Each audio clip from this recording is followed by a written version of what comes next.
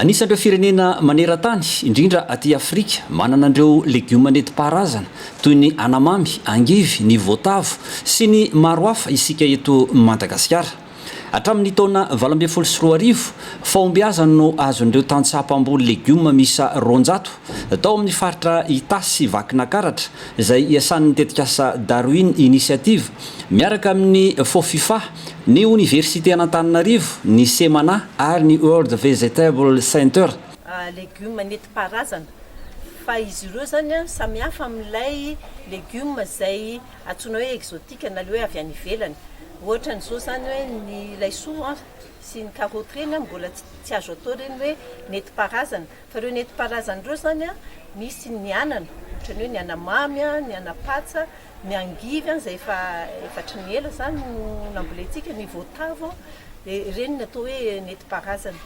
Ireo legioma nentim-paharazana ireo zany ny misy karazany le izy, misy le mbola ambolena foana zany toy ny anamamy, fa misy ireo izay ataontsika hoe di na sauvage izay mbola le tsy pon'ny olona, ka amin'izao fotoana izao fiovaovan'ny toetrandro, ny fiovan'ny fambolena izay mihazakazaka any amin'le legioma nampidirina zany, sy indrindrandrindra koa le fiovan'ny fomba fambolena zay zany, dia misy atahorana ho lany tamingana izy ireo satria ireny le manirin'ny ireny sady heverina koa fa ahidratsy dia atahorana ho lany tamingana zany reny legioma nentim-paharazana malagasy reny. Fa misy koa ireo legioma nentim-paharazana afrikanina izay avy amin'ny tany afrikana isan-karazany zany, fa ireo indray efa nohatsarana tsara mihitsy ireo, efa afaka efa madio tsara zany, dia ireo zany efa ambolen'ny tantsaha malagasitsika ary efa somary efa miparitaka mihitsy le izy. Ny zava-dehibe dia izao hoe ireo vehivavy mamboly azy zany mahita fa tena tsara ny tsirony ary mitondra fahasalamana ho an'ny zareo le izy. Nefa ireo moa zany efa nilazalazaina hoe anamamy, anapatsy izay tsy mahazatra ny olona mihinana anazy, nefa hita fa tena hoe sakafo mahavelona sy entina miady amin'ny tsy fanjarian-tsakafo. Mahatsapa ireo mpamboly pahazo tombontsoa fa mety tsara ny famokarana sy ny vola miditra ho an'ny isa-tokantrano amin'ny fambolena legioma nentim-paharazana. Teo amin'ny tokantrano aloha zany ny ampy fidiram-bola, dia tao amin'ny sakafo zany raha vola tokony fidianana legioma zany dia tsy misy mivoaka intsony satria efa nambolena aby ny karazana anana. Dia ny zavatra mbola azo ankoatr'izay koa ny ankonana ny fianakaviana ny mpiara-monina lasa ny hinana an'ilay anana aby.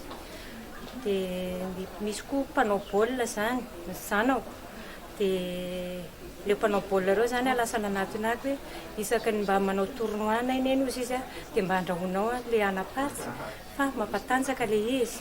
Le anana zany eo amin'ny arakaraka ny anana, arakaraka ny toerana ivarotana azy. Fa raha ohatra zany mbola samy vidiny ao fiarahamonina dia somary ataony moramora kokoa. Fa raha ohatra hoe miakatra eny amin'ny tsena dia isa tsaratsara vidy kokoa noho ny anana teo aloha. Ny anana zao dia eo amin'ny 2005 eo dia efa mahazo. Satria ny antony mahatonga anazy lafolafo kokoa ny vidiny noho ilay anana efa misy ny tsirony, ny hery entiny dia tsy mitovy mihitsy amin'ilay anana izay efa misy. Moa izy koa zany tena mahatonga anazy hoe tena tsara, izy tsy mila an'izany asiana zany zezika simika zany, fa ny zezi-pahatra irery ihany ambolena anazy dia tena ampy tsara le resaka fahasalamana. Ny anazy zao satria le izy misy karazany 410, dia ny tao anatin'ny taona iray namboly zao dia nahatratra teo amin'ny 5 alasa hetsy indray namboly. Dia nefa izay ankoatran'izay ny hohanina ao an-trano dia zarana ho amin'ny fiarahamonina satria be da be sasany le olona mbola tsy mahafantatra ny tsirony, dia zaraina mba hafantatra ny tsirony dia mba hinana daholo ny olona rehetra. Izay zao eo anatin'ity fikambanana ity 200 vavy, 100 vavy amin'ny Vakinankaratra dia 100 vavy amin'ny Itasy. Aritra hatramin'ny taona 2024 izao tetikasa izao.